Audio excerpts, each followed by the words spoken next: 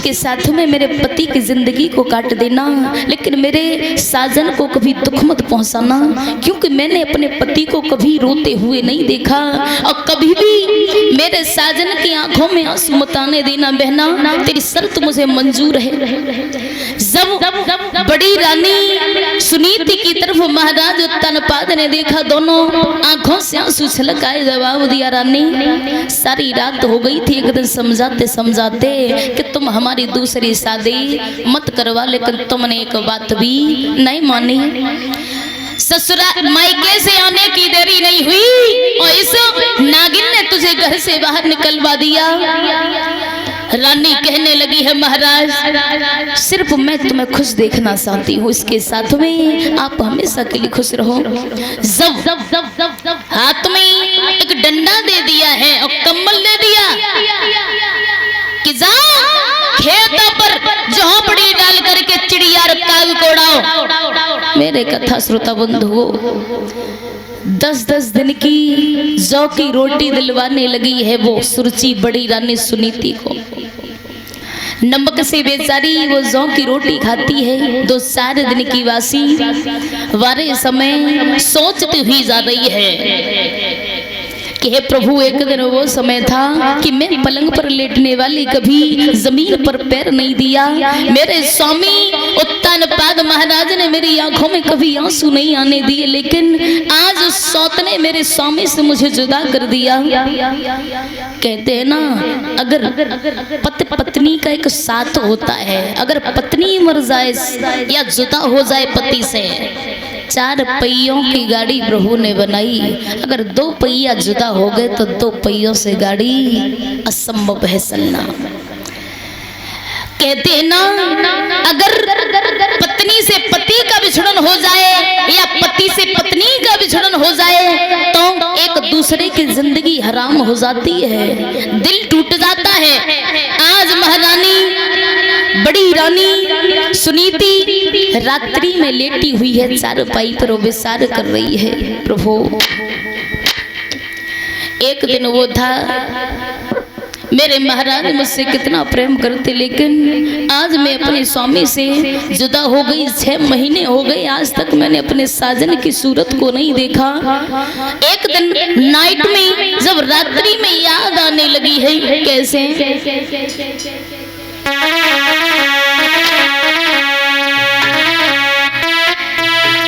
अरे करके पिछली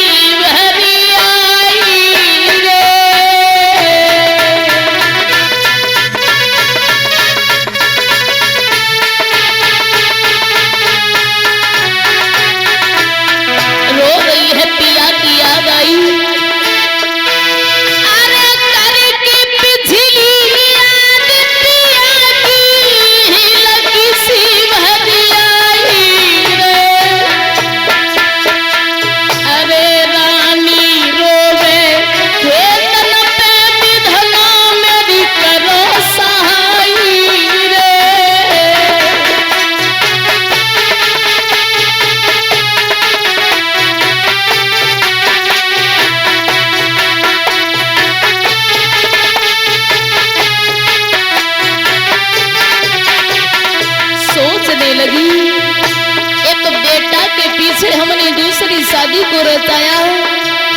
सोचा कि बेटे के मोह को देख करके सारी जिंदगी को काट लूंगी, लेकिन मेरी सौत ने मुझे महलों से निकलवा दिया, मेरे महाराज से बिछड़न करवा दिया। रो रही है रानी।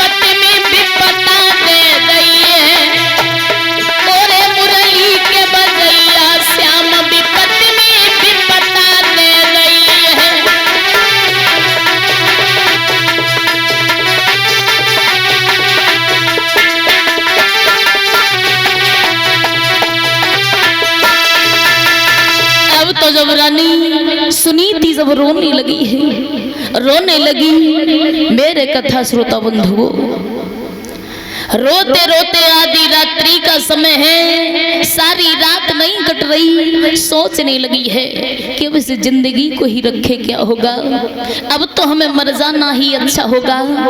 ऐसा सोच करके जब जंगल में मरने के लिए चली है रानी सुनीति, पिया की याद आ रही है, हे स्वामी मुझे माफ करना, आज मैं तुम्हें धोखा देकर के जा रही हूँ। 7 फेरों की रस्में, वो कसमें, वो वादे, आज सारे रिश्ते बंधन नाते सब तोड़ के जा रही हूँ, मुझे क्षमा करना। चली है आधी रात्रि का समय है, चलते चलते जब जंगल में आई है,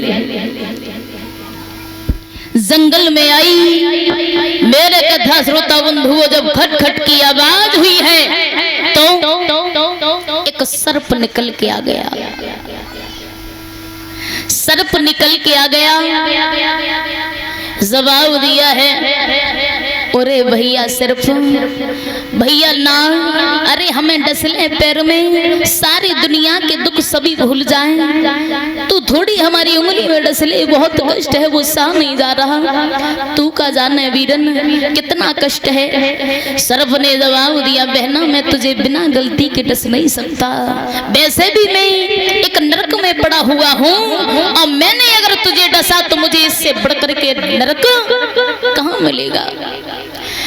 जब सर्प ने मना कर दिया है, बहन हम तुम्हें बिना गलती के नहीं डसेंगे, आगे के लिए चली है, कुआं देखा है, जब कुआं देखा, कुएं में जब गिरने को तैयार हुई है, तब तक देव श्री नारद बाबा आ गए, आवाज लगाने लगे, लड़की कौन है जो आधी रात्रि के समय जंगल में मरने के लिए आई है, आवाज लगाई है, रुक जा, पास में आ गए, कहने लगा, बेटा तेरा नाम क्या है, तेरे पति का नाम क्या है, तू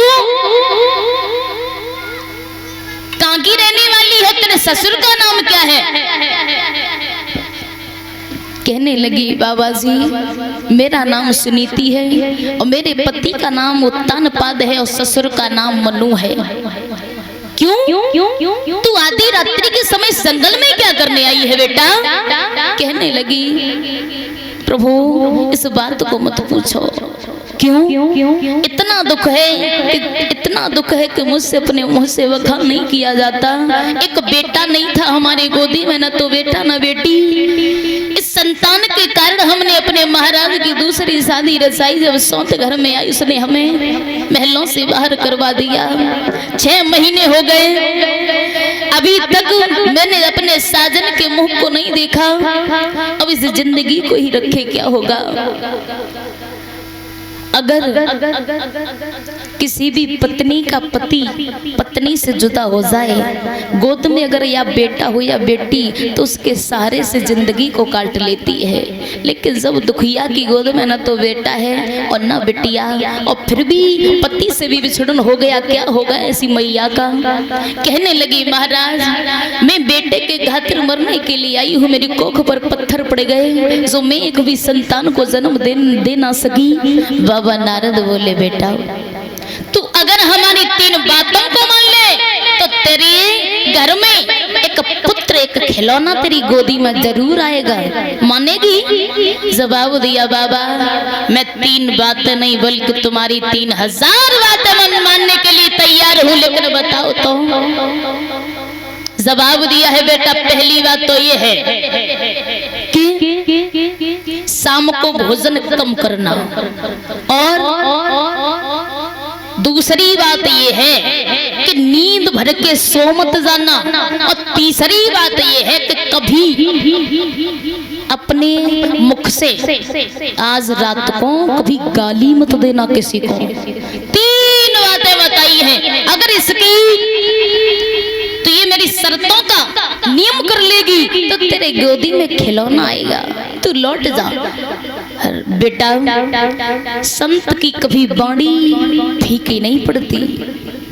मोर बचन चाहे पड़ जाए फीका, और संत बचन पत्थर कीली का। गीता में उपदेश दिया है भगवान श्याम सुंदर ने अर्जुन से, अर्जुन एक बार के लिए मेरा वचन फीका पड़ सकता है, लेकिन कभी संत का वचन फीका नहीं पड़ सकता। पत्थर की लकीर है संत का वचन। जवाब दिया, बेटा अगर हमारे ऊपर विश्वास है तो आप चली जाइए, कुछ समय बाद आपके खिलौना उत्पन्न होगा। जवाब दिया है बेटा। क्या बोले नारद बाबा? गोदी में खिलौना और आई जाई गो घर लौटी जाइए रे, गोदी में ललायक आई जाई गो घर लौटी जाइए, गोदी में ललायक आई जाई गो घर लौटी जाइए, गोदी में तिरछोना आई जाई गो घर लौटी जाइए। जवाब दिया है बेटा, अरे ओ बिटिया तेरे लाला होगा, ओ बेटी तेरे लाला होगा, अरे ओ लाली तेरे लाला होगा, ओ बेटी तेरे लाला होगा।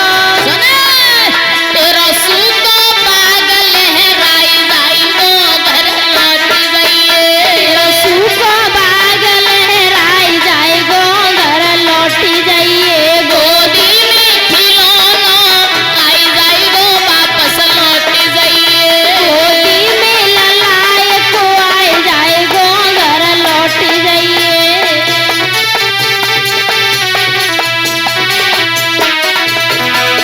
जवाब दिया है बेटा, एक तेरा बेटा होगा, अब वो भी बेटा कैसा होगा? जब तक चंद्रमा सूर्य चांद सितारे रहेंगे तब तक तेरा बेटा अमर रहेगा। जवाब दिया, अरे अपने लला की बनेगी मैया, अपने लला की बनेगी मैया, अरे गोदी आवे कुंवर कन्हैया, गोदी में आवे कुंवर कन्हैया, तेरी गोदी में आवे प्यारो छैया, गोदी में आवे कुंवर कन्हैया। पाको नाम अमर जग है जाई गो घर लौटी जाइए, गोदी में ललायक आई जाई गो घर लौटी जाइए, गोदी में ललायक आई जाई गो घर लौटी जाइए, गोदी में एक छोना आई जाई गो घर लौटी, गोदी में खिलौना आई जाई गो घर लौटी जाइए, गोदी में।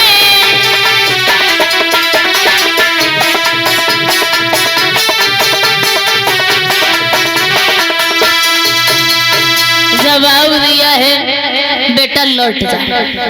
जब सुनीति ने बाबा नारद की बातों को सुना, बेटा चली जा। अब तो नारद बाबा का जब वरदान लेकर के जब चली है दुखिया, जब झोपड़ी में आई रहने लगी, एक दिन का वृतांत है कि महाराज उत्तानपाद महलों से जब जंगल के लिए शिकार खेलने के लिए चले, एक हिरन का पीछा करते करते काफी दूर तक निकल आए, लेकिन हिरन का वध ना कर सके, हिरन नहीं मिला। जब हिरन का पीछा करते करते जब रात्रि सी हो गई तो सोचने लगे हैं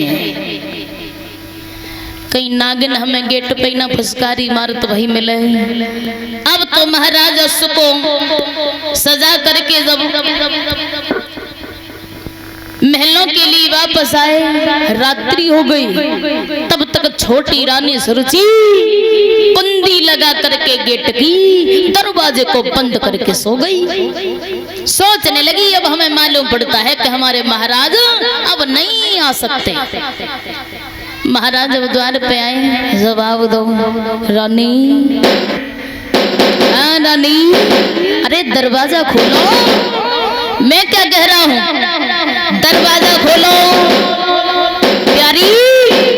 अब तो महाराज ने बहुत आवाज लगाई, लेकिन छोटी रानी जग रही हो तो दरवाजा खोले, नींद में सो गई। महाराज कहने लगे नकटी मत खोले, मैं तेरे पास आज वैसे भी रहना नहीं चाह रहा, बड़ी रानी की याद आई है, आज हम अपनी बड़ी रानी के पास क्यों ना जाएं। 6 महीने हो गए, ये नागिन मेरी रानी के पास मुझे नहीं जाने देती। मुझे ये भी नहीं पता कि मेरी बड़ी रानी कैसे हाल में रह रही है। तो महाराज ने कौन सा काम किया?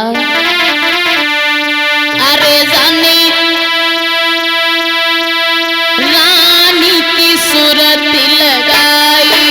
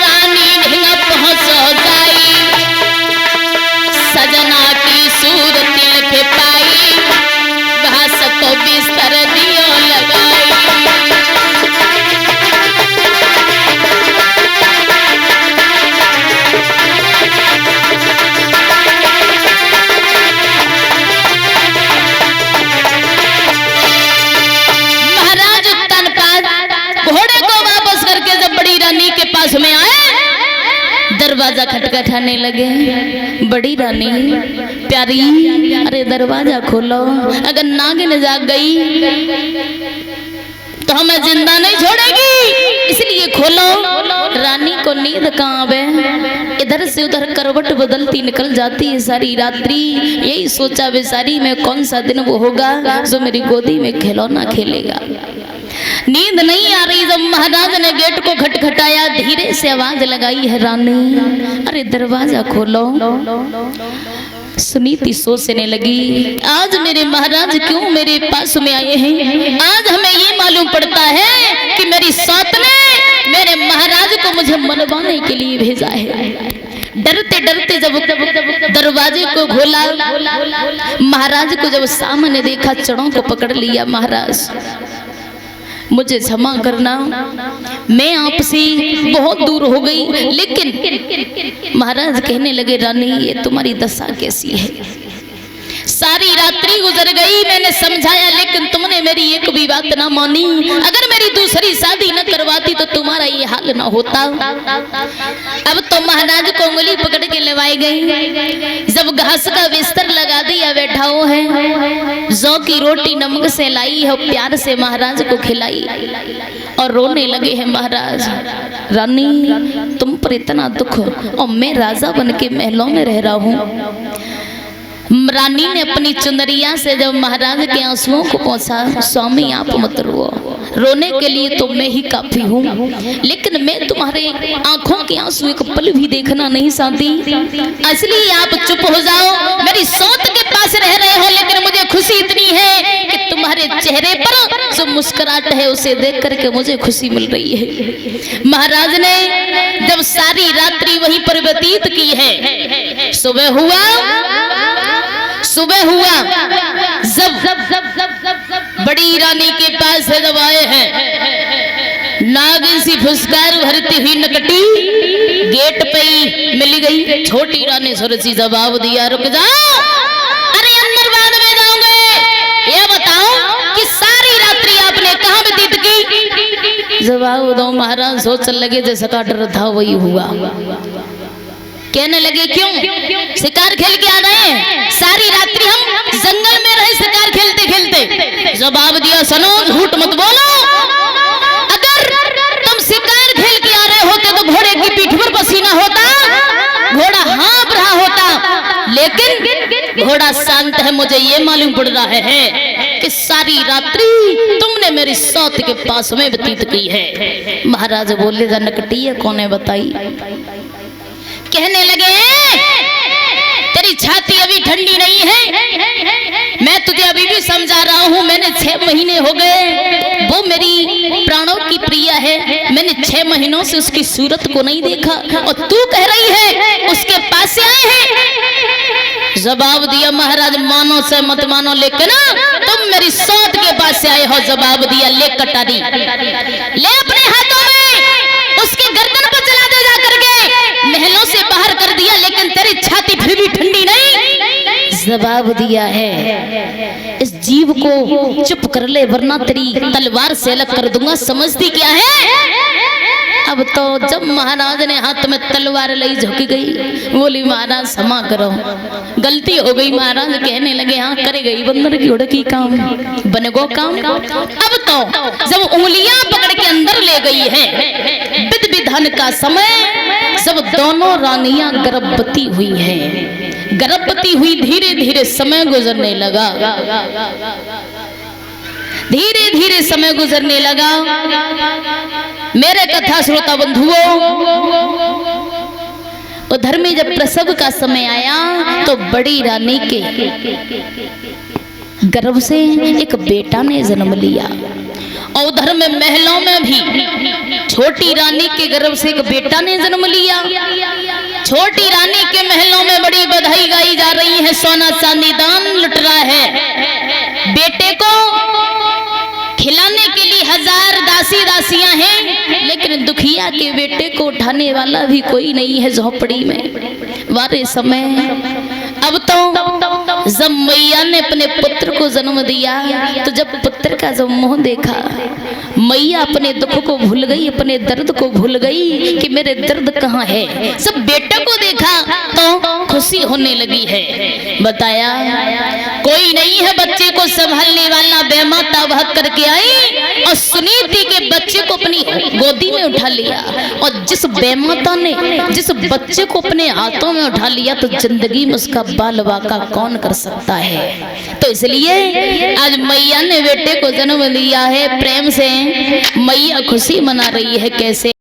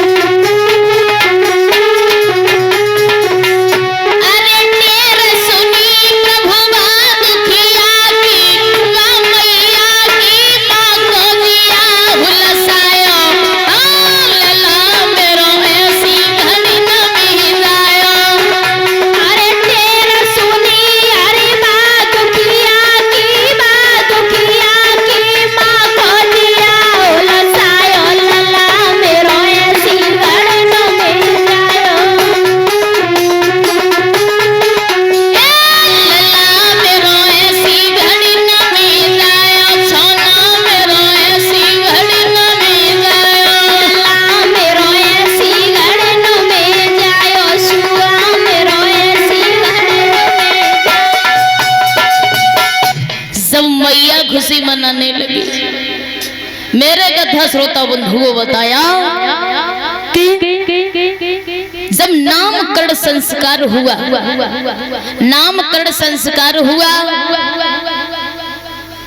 दोनों बच्चों के नाम निकले। सुनीति का जो पुत्र पैदा हुआ उसका नाम निकला ध्रुव, और जो सुरुचि के बेटा पैदा हुआ उसका नाम निकला उत्तम। दोनों बेटा अंगना में बढ़ने लगे हैं जैसे शुक्ल पक्ष में चंद्रमा बढ़ता है।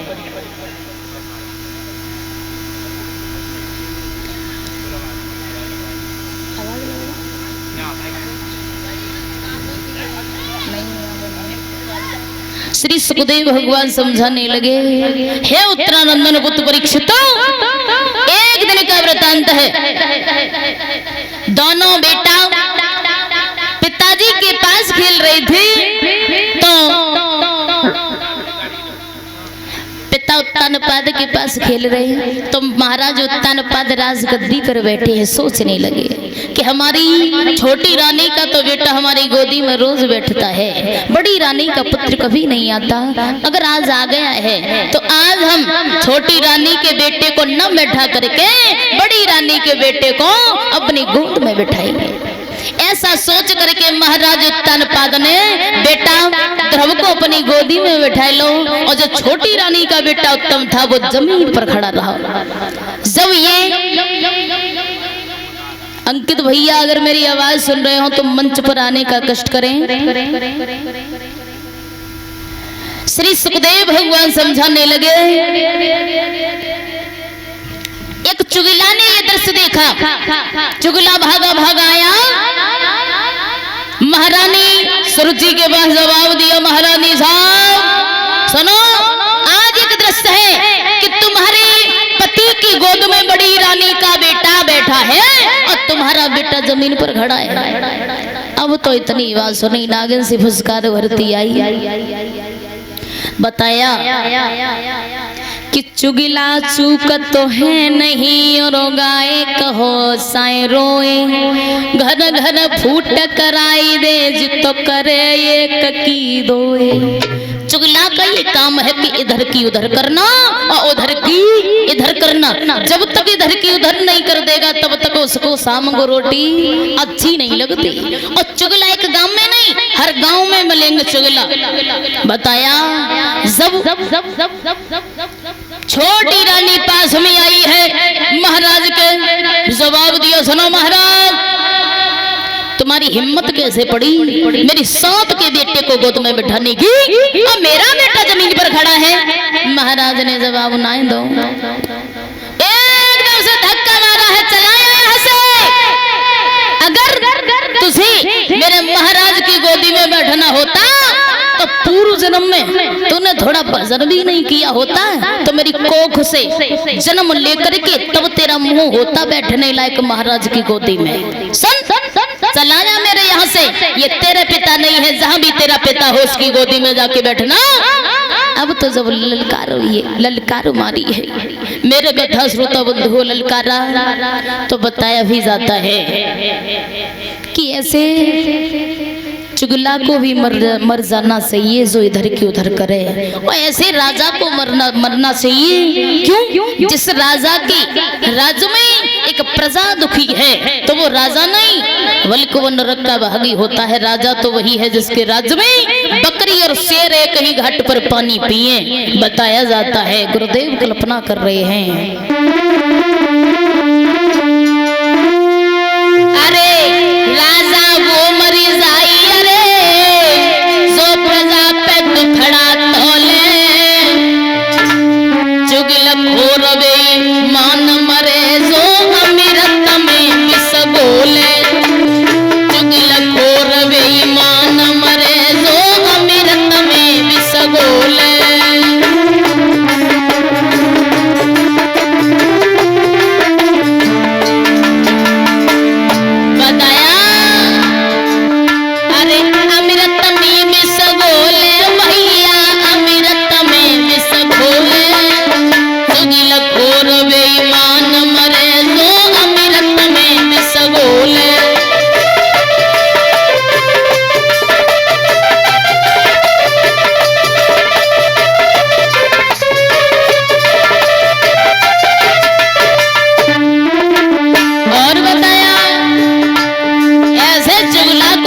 मरना चाहिए जो अमृत के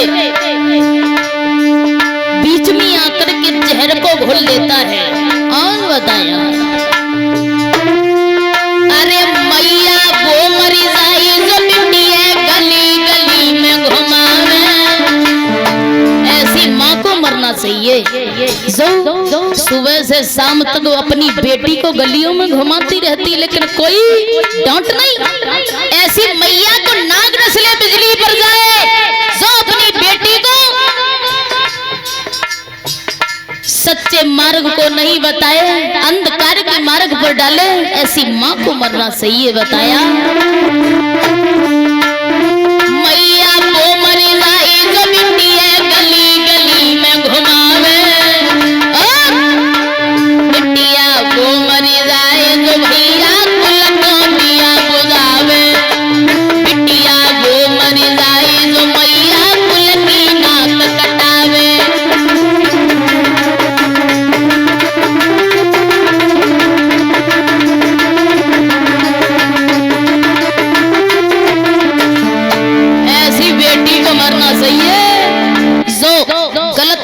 रखने से पहले माँ बाप की आन को नहीं देखते कि मेरे माँ बाप की इज्जत कहाँ तक है।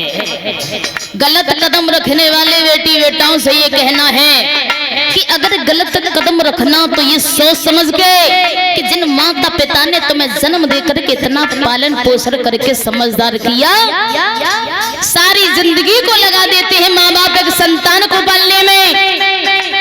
गलत कदम रखने पर वो माँ बाप का दिल टूट जाता है। आप तो धर्म की लाज को बचाने वाली हो, इसलिए इतनी फैशन भी करना जितनी फैशन करो कि ऐसी फैशन से जो अपनी मर्यादाएं हैं वो टूट ना पाए, जो माँ के दूध को पिया है उस दूध में कभी दाग ना लग पाए। बेटी तो वो है जो अपने माँ बाप की इज्जत को पहचान कर चले, वरना ऐसी लड़की पर बिजली पड़ जाए। इसलिए कहा जाता है और पत्नी कैसी मर जाए, पत्नी वो मर जाए जो भैया पराए पति पे चुप्पी डिगावे, अरे पत्नी वो मर जाए पराए पति पे चित्तू डिगावे,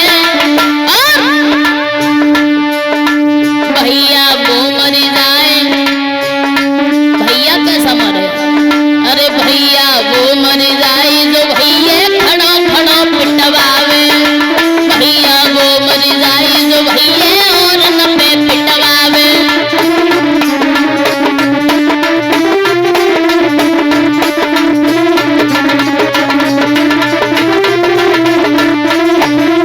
और बताया चेला वो मर जाए जो भैया गुरु को नाम डुबावे, गुरु वो मर जाए, गुरु कैसा मरे, गुरु ऐसा मरे कि जो चेला से ज्ञान छिपाता है, कुछ भी नहीं बताता, ऐसे गुरु को जल्द ही मरना चाहिए। अरे चेला वो मर जाए जो भैया गुरु को नाम डुबावे, अरे गुरु वो मर जाए जो भैया चेला से ज्ञान छिपावे।